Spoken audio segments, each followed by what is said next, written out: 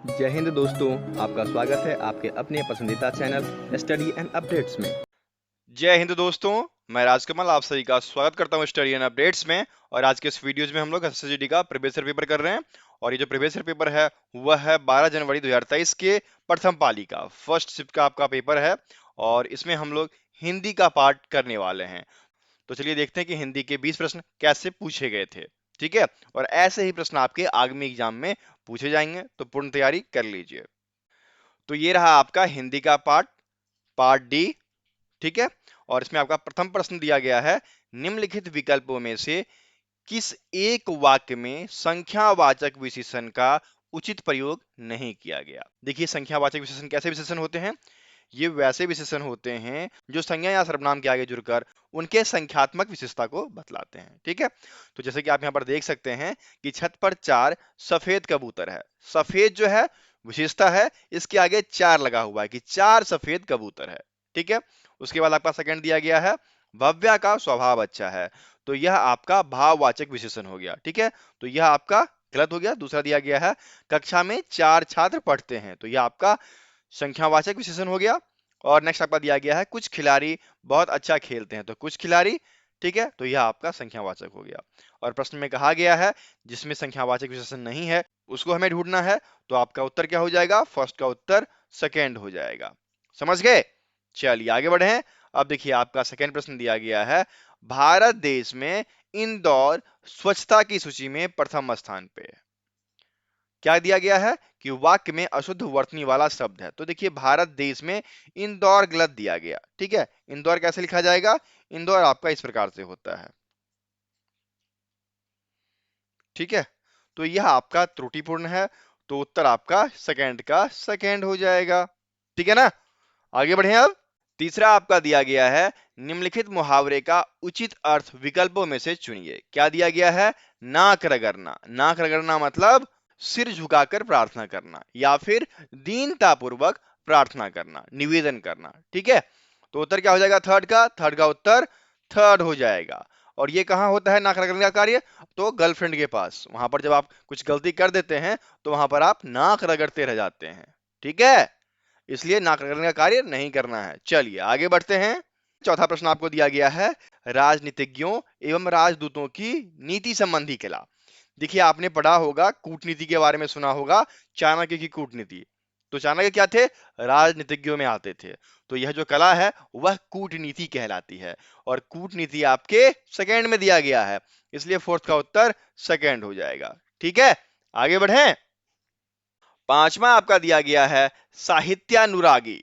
अभी देखिए, साहित्यानुरागी मतलब क्या होता है? साहित्यानुरागी मतलब होता है वैसा व्यक्ति जिसे साहित्य से प्रेम हो, या फिर साहित्य प्रेमी व्यक्ति। ठीक है, तो ढूंढिए कहां दिया गया है। साहित्यानुरागी से तात्पर्य है साहित्य प्रेमी, पहले में ही दिया गया है। ठीक है, तो उत्तर टिक कर दीजिए, आपका 5 का फर्स्ट उत्तर हो जाएगा। ठीक है, छठा आपको दिया गया है, सब व्यक्ति किसी का अपमान नहीं करते। उपरोक्त वाक्य में रेखांकित शब्द के विलोम शब्द का चयन कीजिए। तो यहां पर रेखांकित क्या है? शब्द है। तो शब्द का क्या हो जाएगा? अशब्द। तो अशब्द देखिए आपके 4 में दिया गया है, तो 6 का उत्तर 4 हो जाएगा। ठीक है, सभ्य शांत व्यक्ति होते हैं और सभ्य बदमाश व्यक्ति होते हैं। ठीक है, चलिए आगे बढ़ते हैं। सातवां दिया गया है, निम्नलिखित में से कौन सा संबोधन कारक चिन्ह है? तो संबोधन कारक चिन्ह क्या क्या होता है? हे, अरे, अहो, अजी होता है ना? क्या सब होता है? हे, अरे, अहो, अजी। अजी सुनते हैं, अरे कहाँ गया, हे भगवान, है ना? तो यह क्या कराता है? संबोधन कराता है। ठीक है, तो देखिए इन सब में से अरे दिया गया है, तो 7 का उत्तर थर्ड हो जाएगा। ठीक है, अब आठवां आपका दिया गया है, युद्ध की इच्छा रखने वाला युवराज कहलाता है। यहां पर युवराज को रेखांकित किया गया और कहा गया है कि रेखांकित पद के स्थान पर आने वाले सही शब्द का चयन विकल्पों में से कीजिए। देखिए, युद्ध की इच्छा रखने वाला व्यक्ति जो है वह युयुत्सु कहलाता है। क्या कहलाता है? युयुत्सु। ठीक है, और देखिए युयुत्सु आपको यहां पर 4 में दिया गया है, तो उत्तर क्या हो जाएगा? 8 का उत्तर 4 हो जाएगा। ठीक है ना? चलिए आगे बढ़ते हैं। अब देखिए 9वां आपको दिया गया है अकस्मात शब्द के लिए इनमें से उपयुक्त पर्यायवाची शब्द का चयन करें। तो अकस्मात के लिए क्या शब्द होता है? अचानक, तत्क्षण, संयोगवश, अकारण, अनायास, एकाएक, एकदम इत्यादि। ये हो गया आपका अकस्मात का पर्यायवाची। तो इनमें से आप देख सकते हैं अचानक आपको दिया गया है, ठीक है, तो 9 का उत्तर फर्स्ट हो जाएगा। समझ गए? चलिए आगे बढ़ते हैं। 10th आपका दिया गया है रेखांकित शब्द समूह के लिए सर्वाधिक उपयुक्त विकल्प चुनें। क्या दिया गया है? जिसमें चेतना ना हो, उसकी दशा को नहीं सुधारा जा सकता। तो देखिए चेतना, चेतना शब्द का प्रयोग जो है यह किया जाता है आपको जान प्राण के लिए, ठीक है, मतलब जिसमें चेतना ना हो, जिसमें प्राण ना हो, जान ना हो, तो उसको निर्जीव या अचेतन कहेंगे। तो अचेतन यहां पर दिया गया है, तो 10 का उत्तर थर्ड हो जाएगा, ठीक है। वाक्य क्या हो जाएगा? अचेतन उसकी दशा को नहीं सुधारा जा सकता। जिसमें जान प्राण ही नहीं है उसकी दशा आप क्या सुधारोगे, ठीक है। तो जिसमें चेतना है उसकी जान प्राण को सुधारा जा सकता है, ठीक है ना। क्लियर यहां तक? और यदि किसी भी व्यक्ति को पीडीएफ चाहिए तो वो पीडीएफ हमसे प्राप्त कर सकता है। एक फीस है 151 रुपीज का। इसमें आपको GK, reasoning, math, Hindi, previous year 2011 से लेकर 2022 तक के प्रीवियस ईयर पेपर और साथ में प्रैक्टिस सेट्स, ठीक है, 20+15 प्रैक्टिस सेट्स आपको दिए जाएंगे। तो ये सभी कुछ आपको 151 रुपए में दिए जा रहे हैं। यदि आपको पीडीएफ चाहिए तो आप हमें व्हाट्सएप कर लेंगे। हमारा व्हाट्सएप नंबर है 7979946092, ठीक है। इससे व्हाट्सएप करेंगे और जो भी आपकी रिक्वायरमेंट है हिंदी या इंग्लिश जिस भी मीडियम में हमें बतलाएंगे, हम आपको वो पीडीएफ प्रोवाइड करा देंगे, ठीक है। चलिए आगे बढ़े। अब 11 आपका दिया गया है निम्नलिखित वाक्य के किस शब्द में वर्तनीगत अशुद्धि है। यहां पर क्या दिया गया है? भगवान शिव का निवास स्थान कैलाश, कैलाश में गलती दिया गया है ना, कैलाश है, ठीक है, कैलाशपति कौन है? शिव है। तो कैलाश में क्या हो गया? अशुद्धि हो गया ना, वर्णागत। तो 11 का उत्तर क्या हो जाएगा? 11 का उत्तर आपका सेकेंड हो जाएगा, ठीक है। आगे बढ़े। अब देखिए 12 दिया गया है निम्नलिखित मुहावरे के लिए उपयुक्त सार्थक शब्द है। क्या दिया गया है? गूलर का फूल होना मतलब दुर्लभ होना, दिखाई ना देना, ठीक है, ढूंढने से ना मिलने वाला चीज है ये। तो उत्तर क्या हो जाएगा आपका? 12 का उत्तर थर्ड हो जाएगा, दुर्लभ होना। ओके। अब देखिए 13 आपको दिया गया है गर्मियों में गर्म हवा चलती है।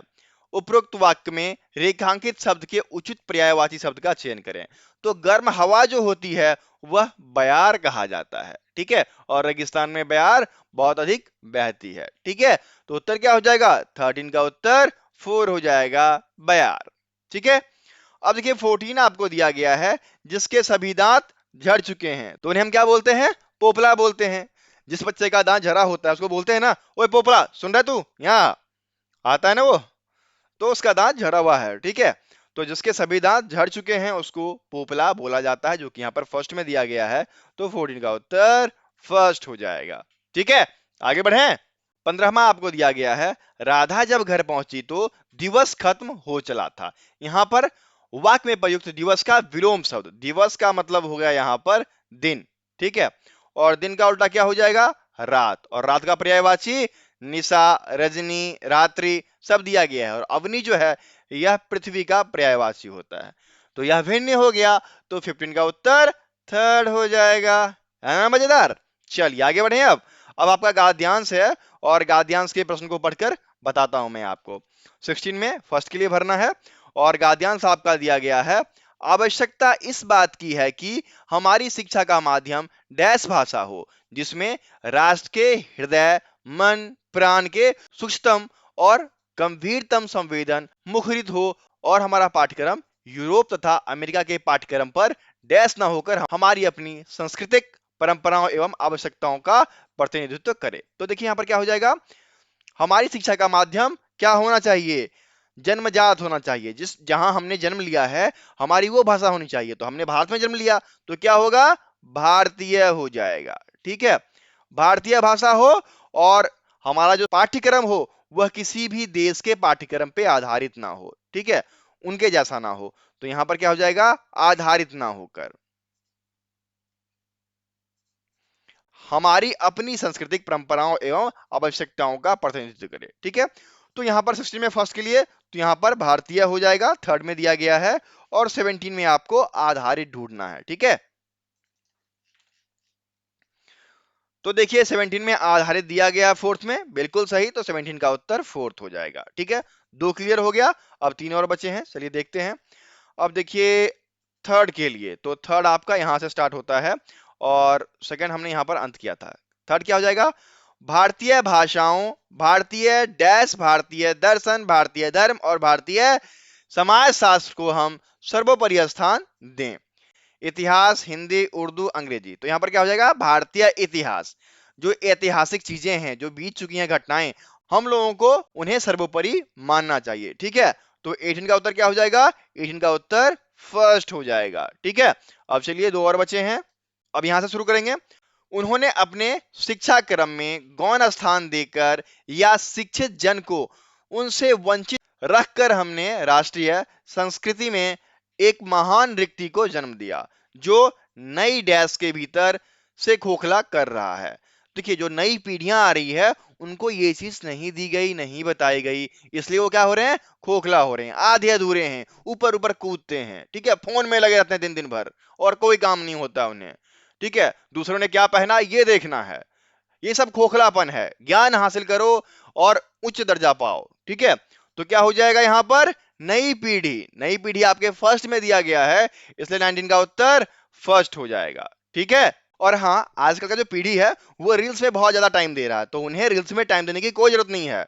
उनसे बहुत ज्यादा विकास नहीं होगा, ना ही उनका ना ही देश का। इसलिए पुस्तक पढ़ें और उस पर ध्यान दें और ज्ञान का उपार्जन करें ताकि आपका भी विकास हो और हमारे राष्ट्र का भी विकास हो। ठीक है, अब पांचवा फिल करेंगे, क्या दिया गया है, हम राष्ट्रीय डैश से ही नहीं सामायिक जीवन प्रवाह से भी दूर जा पड़े हैं।